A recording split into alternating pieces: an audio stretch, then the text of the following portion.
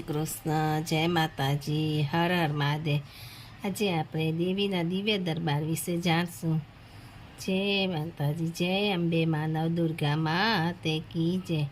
માતૃશક્તિ તો કણ કણમાં સમાયેલી છે। ભક્તોની રક્ષા હેતુ આ ધરતી પર માં બિરાજે છે। ગુજરાતમાં બે પૌરાણિક માતૃસ્થાનક અલૌકિક અને સુપ્રસિદ્ધ છે। સુરેન્દ્રનગર જિલ્લાના ચોટીલા ડુંગર પર માં ચામુંડાનું સ્થાનક આવેલું છે। આ ડુંગરની તળેટીમાં ખોડિયાર, અંબાજી અને મહાદેવનું મંદિર છે। આ માં સુથાર, મિસ્ત્રી, વારન દરબારોના કુળદેવી તરીકે ઓળખાય છે। ડુંગર પર ખુલ્લે પગે ચડવાથી માં પ્રસન્ન થાય છે અને ભક્તોનું રક્ષણ કરે છે। નવરાત્રિમાં ગામે ગામથી પગપાળા સંઘો આવે છે। સૌરાષ્ટ્રના રાજકોટ, અમદાવાદ મુખ્ય માર્ગ પર ઊંચા ચોટીલા ડુંગર નજર પડે છે। એનું પ્રાકૃતિક સૌંદર્ય અલૌકિક છે। આખો ડુંગર લીલોછમ છે। આ ડુંગરની ચોટી ઉપર માં ચામુંડાના બેસણા છે। માં અહીં દીર્ઘકાળથી બિરાજમાન છે।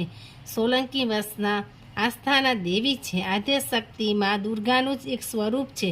ચામુંડા માતાજીના દર્શનાર્થે ઉપર જવા માટે અલગ અલગ વ્યવસ્થા છે। ચઢવાના 635 પગથિયા છે।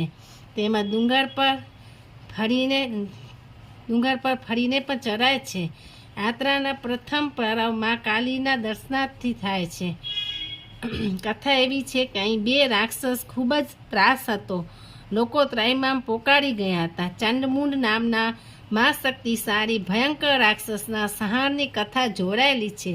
આ દૈત્યોના ત્રાસથી કંટાળીને ભક્તોએ માને એમના વશમાં કરવા પ્રાર્થના કરી। રાક્ષસોને વશમાં કરો માં એવી પ્રાર્થના કરી। માં વારે આવ્યા અને આ દૈત્યોના વધ કર્યો એટલે ચંડી ચામુંડા કહેવાયા। ભક્તોએ માનો જય જયકાર કર્યો। એના વધથી માની અહીં સ્થાપના કરીને પૂજાણા। ઉગ્ર સ્વરૂપના અવતારમાં ચામુંડાનો દ્વિમુખ સ્વરૂપનો દુર્લભ દર્શન અહીં થાય છે। શ્રદ્ધા આસ્થાપૂર્વક માના દર્શન માત્રથી કષ્ટો દૂર થાય છે અને પરમ શાંતિની અનુભૂતિ થાય છે। શારદીય અને ચૈત્રી નવરાત્રિના તેમજ રવિવારે ભક્તોનો મેળો જામે છે।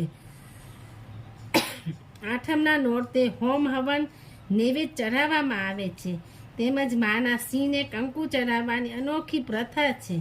સમગ્ર દેશમાંથી દર્શનાર્થીઓ માથું ટેકવા માટે અહીં આવે છે। જય શ્રી કૃષ્ણ।